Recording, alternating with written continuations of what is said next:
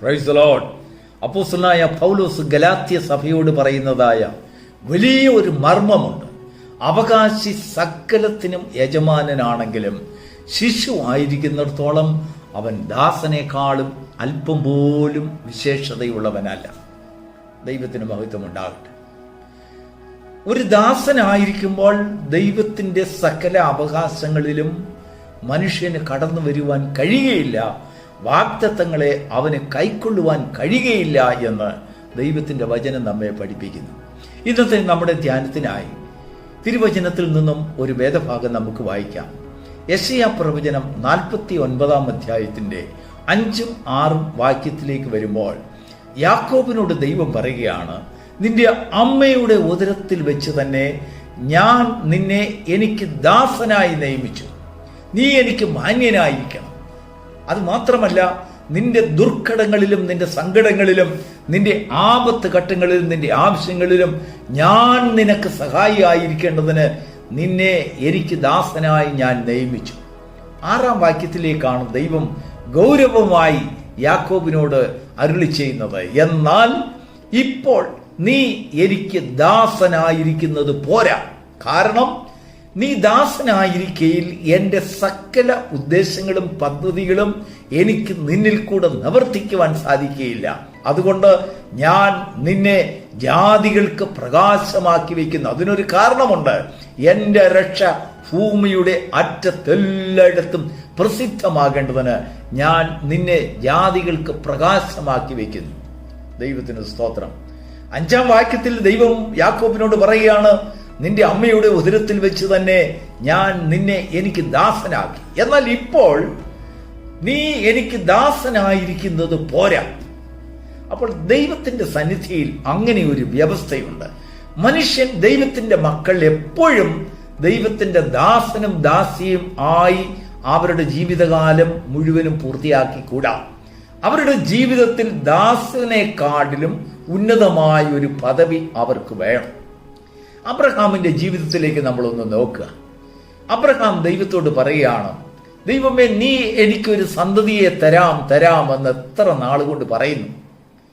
എന്നാൽ ഇപ്പോൾ ഞാൻ അങ്ങ് കഴിഞ്ഞു പോയെന്നിരിക്കട്ടെ. അങ്ങനെയെങ്കിൽ ദമേശക്കുകാരനായ എലയാസർ എൻ്റെ സകല സമ്പത്തിനും അവകാശിയാകുമല്ലോ. ദൈവം അബ്രഹാമിനോട് പറയുന്നു, നോ അബ്രഹാമേ, നീ വിചാരിക്കുന്നത് പോലെയല്ല. എൻ്റെ പദ്ധതി ഒരു ദാസൻ നിനക്കുള്ളത് മുഴുവനും അവകാശമാക്കണമെന്നുള്ളതല്ല. നിന്റെ ഉദരത്തിൽ നിന്ന് തന്നെ ഒരു തലമുറയുണ്ടാകും. ആ തലമുറ നിന്റെ സകല സമ്പത്തിനും വാഗ്ദത്തങ്ങൾക്കും അവകാശിയാകും. ദൈവത്തിന് മഹത്വം. നമ്മുടെ കർത്താവ് ഈ ഭൂമിയിൽ തന്റെ ശുശ്രൂഷയുടെ അവസാന ഘട്ടത്തിലേക്ക് വരുമ്പോൾ ശിഷ്യന്മാരെ വിളിച്ചു പറയുകയാണ്. യോഹന്നാന്റെ സുവിശേഷം 15-ാം അധ്യായം 15-ാം വാക്യത്തിൽ ഇങ്ങനെ പറയുന്നു, ഇത്രത്തോളം നിങ്ങൾ എനിക്ക് ദാസന്മാരായിരുന്നു. ഒരു യജമാനൻ പറയുന്നത് മുഴുവനും ദാസന് മനസ്സിലാകുകയില്ല, ദാസന് വെളിവാക്കി കൊടുക്കുകയില്ല, ദാസന് അത് ഉൾക്കൊള്ളുവാൻ കഴിയുകയില്ല. സകല രഹസ്യങ്ങളും ഒരു യജമാനൻ ദാസനോട് വെളിപ്പെടുത്തുകയില്ല. എന്നാൽ നിങ്ങൾക്ക് എൻ്റെ പദ്ധതി മുഴുവനും മനസ്സിലാകേണ്ടതിന്, നിങ്ങളെക്കുറിച്ച് എനിക്കുള്ളതായ ഉദ്ദേശം, എൻ്റെ പിതാവിനുള്ള ഉദ്ദേശം നിങ്ങൾ വാസ്തവമായി തിരിച്ചറിയേണ്ടതിന് ഇനിയും മേലാൽ ഞാൻ നിങ്ങളെ ദാസന്മാരെന്ന് വിളിക്കുകയില്ല, എൻ്റെ സഹോദരന്മാരെന്ന് വിളിക്കും. നോക്കൂ, ദൈവത്തിന്റെ പദ്ധതി എത്ര മഹത്വകരമാണ്. നമ്മൾ പലപ്പോഴും ദൈവത്തിന്റെ ദാസന്മാരായിരിക്കുവാൻ ആഗ്രഹിക്കുന്നു. നമ്മൾ അന്യോന്യം വിളിക്കുന്നു ദൈവത്തിന്റെ ദാസൻ, കർത്താവിന്റെ ദാസൻ, ദാസൻ ദാസി, അല്ലെങ്കിൽ വിലയേറിയ ദാസൻ, വിലപ്പെട്ട ദാസൻ, ഉത്തരവാദിത്വമുള്ള ദാസൻ. അങ്ങനെ ഒരു ദാസൻ ഏതെല്ലാം നമ്മൾ അലങ്കാരങ്ങൾ കൊടുക്കാമോ അതൊക്കെയും കൊടുത്ത് അവരെ മാനിക്കുന്നു. എന്നാൽ ദൈവമോ നമ്മെ ദാസനെക്കാട്ടിലും നാം ഉന്നതരായിരിക്കണം എന്ന് ദൈവം ആഗ്രഹിക്കുകയാണ്. എന്തുകൊണ്ടെന്നാൽ ദൈവത്തിന്റെ വാഗ്ദത്തങ്ങൾ നാം ഓരോന്നും പ്രാപിക്കണമെങ്കിൽ ദാസന്മാരായിരുന്നാൽ പ്രാപിക്കാൻ കഴിയുകയില്ല. ദൈവസന്നിധിയിൽ നാം അനേക ആവശ്യങ്ങൾക്ക് വേണ്ടി പ്രാർത്ഥിക്കും. പല ഞെരുക്കങ്ങളിലും പ്രയാസങ്ങളിലും പല പ്രതിസന്ധികളിലും പല ബന്ധന അവസ്ഥകളിലും ഒക്കെ നാം ദൈവത്തിന്റെ സന്നിധിയിൽ പ്രാർത്ഥിക്കാറില്ലേ? അപ്പോൾ ദൈവത്തിന്റെ സന്നിധിയിൽ വാഗ്ദത്തങ്ങളെ ഏറ്റെടുത്തുകൊണ്ട് പ്രാർത്ഥിക്കുമ്പോൾ നമ്മുടെ വൈരി ദൈവത്തിന്റെ സന്നിധി നമ്മളെ കുറ്റം വിധിക്കും.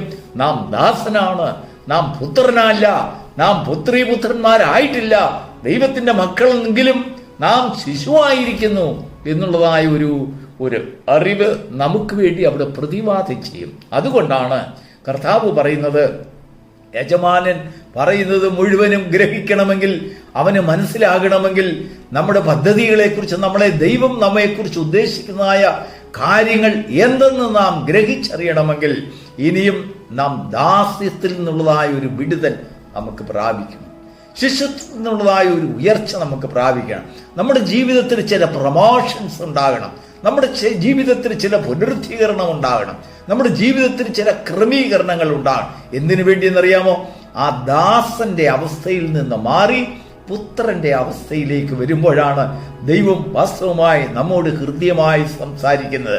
മരുഭൂമിയിൽ ഉള്ളതായ നീരുറവുകളെയും നമ്മളെക്കാൾ നാം ഉദ്ദേശിക്കാത്തതായ അനേക ദൈവത്തിന്റെ ഗൂഢമായ കാര്യങ്ങളും ഒക്കെയും നമുക്ക് വെളിവാക്കി തരുന്നതായ അനേക ദൈവത്തിന്റെ പദ്ധതികൾ, ദൈവത്തിന്റെ രഹസ്യങ്ങൾ, മർമ്മങ്ങൾ നാം മനസ്സിലാക്കണമെങ്കിൽ നമ്മുടെ കുഞ്ഞുങ്ങളെക്കുറിച്ച്, നമ്മെക്കുറിച്ച്, നമ്മുടെ കുടുംബത്തെക്കുറിച്ച് ഓരോ ദൈവത്തിന്റെ പദ്ധതികളെയും തിരിച്ചറിയണമെങ്കിൽ നാം കേവലം ദൈവത്തിന്റെ ദാസന്മാരായിരുന്നുകൂടാ, നാം അതിനെക്കാട്ടിലും കർത്താവിന്റെ സഹോദരന്മാരായി നാം ദൈവസന്നിധിയിൽ കാണപ്പെടണം. കർത്താവിനോട് കൂട്ടവകാശികളായി തീരുന്നതായ ഒരു ഭാഗ്യ അവസ്ഥ ക്രിസ്തീയ ജീവിതത്തിലുണ്ട്. ദൈവത്തിന് മഹത്വം. പ്രാർത്ഥനയിൽ പോരാടുമ്പോൾ, വാഗ്ദത്തങ്ങളെ നാം ഏറ്റെടുത്ത് പ്രാർത്ഥിക്കുമ്പോൾ എപ്പോഴും ദാസന്മാരായി നാം നമ്മുടെ പ്രാർത്ഥനകളെ അവസാനിപ്പിക്കുകയല്ല, ദൈവത്തിന്റെ പുത്രന്മാരായി അവകാശത്തെ നാം സ്ഥാപിച്ചുകൊണ്ട് നമ്മുടെ പ്രാർത്ഥനകളെ അവസാനിപ്പിക്കണം.